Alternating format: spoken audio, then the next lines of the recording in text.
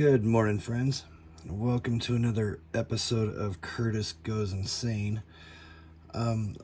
This is the update on the under 1000 group build, and obviously I didn't make the deadline, which I believe was May 1st. But this is what I have gotten done so far, is start working on the front suspension, cut the spindles out, drilled some holes in there that are 80 thousandths, and I'm going to use some 80 thousandths tubing, and I'm going to insert it in there, but try to keep this outside as just a detail, I guess, and I'll see how it looks, and if I don't like it, then I may just scrap it, keep the spindles, and just make my own front suspension. It's kind of narrow, and that's bothering me a little bit too, but we'll see how it looks when we get it done. I'm gonna make some ladder bars for it. I want to keep the back part here, but I'd like it to be straight and not have that bend in it. So I'm using 80 thousandths rod. It's not tubing, and I use my little pointy thing to make a little hole in the end down here. I get it centered, give it a little dent, and this allows me to drill my own hole in it and kind of control the diameter that I'm looking for. You know, measure once, cut 3 times, or is it measure 3 times and cut once? Either or. I'm going to drill the hole out. Give me some sort of guidance so I can at least have posable or even steerable front wheels on it, which is always cool. And this kit, you know, these are all the stock pieces for the kit that I just cut apart, and it's perfect for it. Well, why not use it, make it a little better? But this is how I do this. So I drilled my small pilot hole and then measured out my exact distance. And this is the best way I found to cut anything round at this point. I'm sure you've seen it all before, but start out very slowly and go around it. It ends up being a very square cut. It's the very first cut that you put into it, that you follow that line all the way around, gives you your groove, and then at that point it's just lightly going to go back and forth. So I've also cut the shock mounts down the center, and I am just going to file them out all the way up to where the axle is, and that'll be my new shock mount bracket.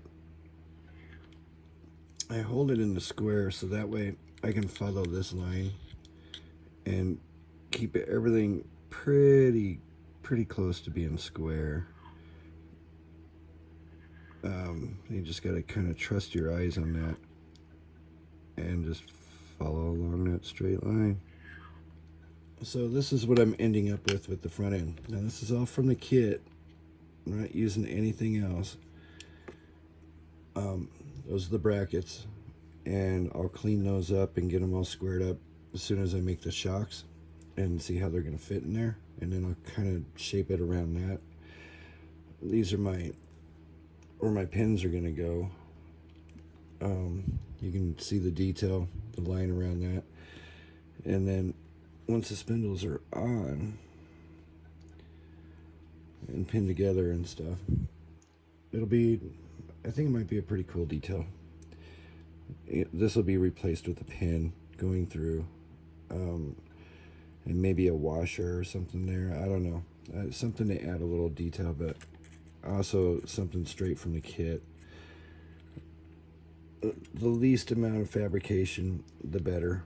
The quicker it's going to go. And I just kind of wanted to show that you can actually use a kit and use all the details in a kit to your advantage for even more realism, I guess, or just insanity. I think it's just insanity. So now you can get an idea of what I'm going for.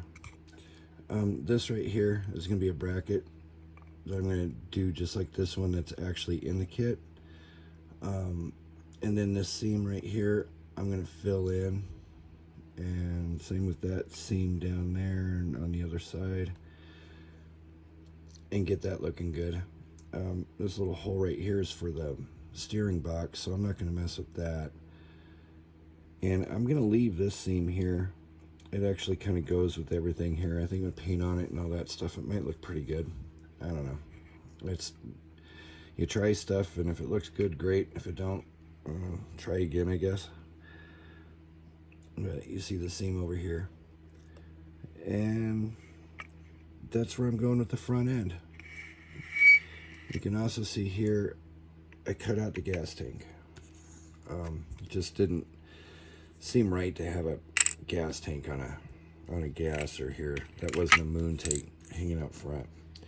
So I filled it in. Got my brackets in. Also doing the same kind of thing. I'm cutting out the front bracket. And then the rear bracket.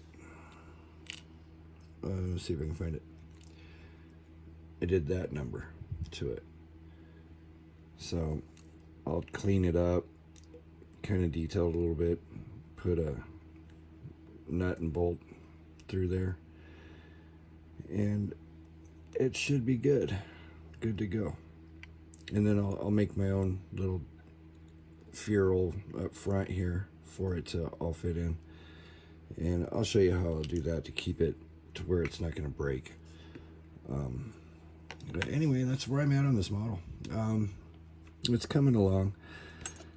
Honestly, I think what I'm going to do is after it's all ready to go, you know, body filler and all that stuff where I need it, and ready for paint, I'm going to prime it, and I think I'm going to paint it white. So it'll be like kind of a satin white and flat white, and then I'm going to accentuate all the details with a wash, but it's not going to be a black wash. I think I'm going to go with kind of a gray, maybe black wash in a little bit areas, but I don't know, that might look pretty cool. I don't know, you let me know. So here you can see the leaf springs. This one I haven't done anything with, I've just marked it. This is the one I'm working on, and I've actually filed it down to be one leaf spring, but you can see how much shorter this is going to be able to go into the spot that it needs to go to. And I've got it marked back here so that this is the actual center line.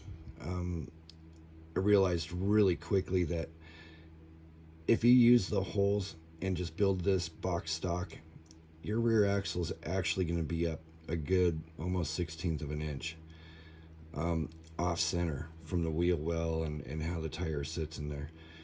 So you kind of need to fiddle with it and get it centered. So my solution to this problem is, since this is a mono leaf right here, I'm actually going to run another leaf spring on the inside and make this a short leaf, at least up front, looking that way, and then that's where the ferrule will attach.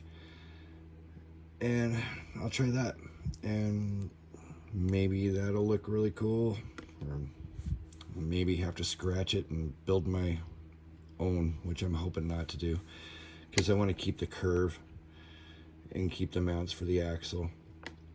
Again, there's a lot of good detail in this kit that can be used, and I want to use all of it that I can. So that's kind of my approach to this model.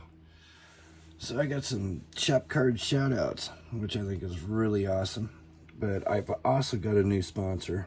It's called Never Trust a Fart, and it's just that, never trust a fart. Anyway, old Tom sent me a card. This dude is awesome. I love his style and the way he builds, and super clean cars, and I really enjoy the channel. And I think it's really cool.